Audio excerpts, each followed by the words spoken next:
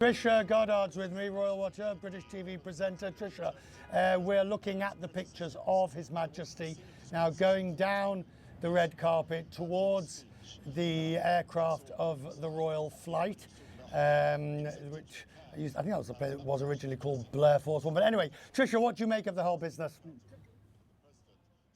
I agree with Max, and it's interesting, Max, you were just saying about how people in New York were applauding the King's speech. I can tell you, as you well know, before the King came, there was close to 50% of Brits against him visiting the USA. I'd be interested to see another poll, because just talking to my friends back in the UK, a lot of them were really pleased and surprised at King Charles's speech to Congress, and the little pushbacks, like when President Trump talked about how the British would be all speaking German if it wasn't for the Yanks, so to speak, and Charles pushed back, well, you would all be speaking French.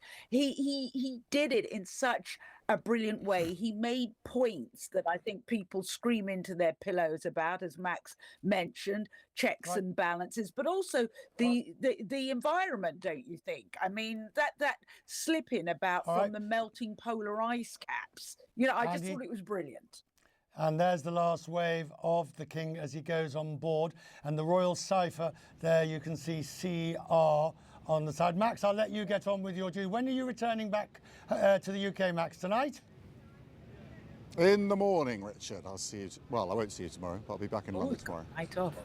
Yes. All right. Safe flight to you, Max. I'll continue, and thank you. I'll continue with you, Trisha. You stay with me for a second. Trisha, the Carolinian age that is now underway, the core point about what we've seen is, at one level, Trisha, that the King did his job.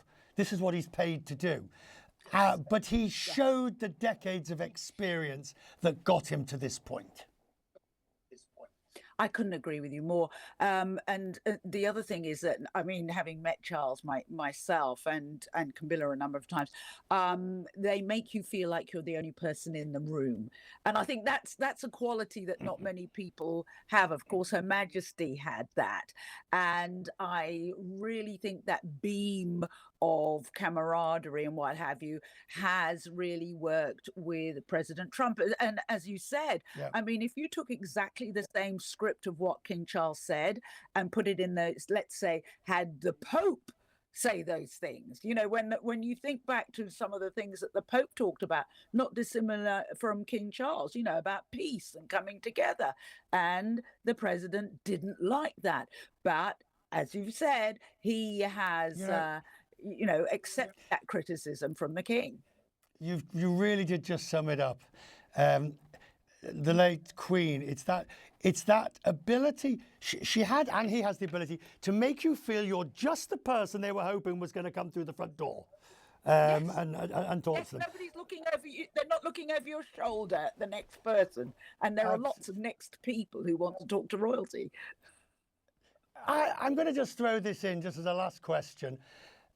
Harry and Meghan not joining. I understand if they brought the grandchildren over, it would have completely overshadowed everything else. So we shouldn't read anything into it. Harry would have been very aware that anything he did with the kids and the King would have overshadowed the important constitutional work that had to be done. Yes. Yes, and you would have had lip readers trying to work out what they were saying. It would have turned very much against Harry and Meghan. So there was no, I mean, people are reading into it all sorts of things. But as you say, let's not confuse family matters with matters of the state. They're two very different things, and they're kept well apart. So when he gets back to a country that is in some difficulty at the moment, the anti-Semitism at the moment. I mean, Charles has always talked about being defender of faith. The whole anti-Semitism is absolutely in an uproar at the moment in the UK. Keir Starmer made some very strong statements today, but the King will be very troubled by all of that. Exactly. And of course, he comes back to a country where things like they're worrying about fuel prices again and all, and stability. And I think they're two very different things, don't you think, Richard? Because in the States has never had a war really on its soil. It's not as close to Iran, if you like, as the UK. It probably won't suffer as much as the UK. And the king is coming back to all of that uncertainty. And as you say, the ranty anti-Semitism. Can he do what he's done in the US? Talk about coming together.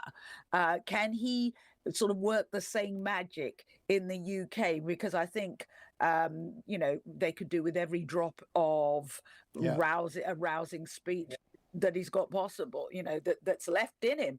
Can I just add, as a fellow person living with fellow person living with cancer, we shouldn't forget how taxing all of this is and has been on King Charles. And he has been up early, he's worked relentlessly. So I think it's even more. I mean, yes, the Queen did such things, but living with cancer and being in treatment still and doing that, I'm telling you, it's for people like myself and the millions, the 6 million people in the UK going through some sort of chronic disease, seeing King Charles do this is like, whoa, maybe I can put one foot in front of the other and get out of bed this morning.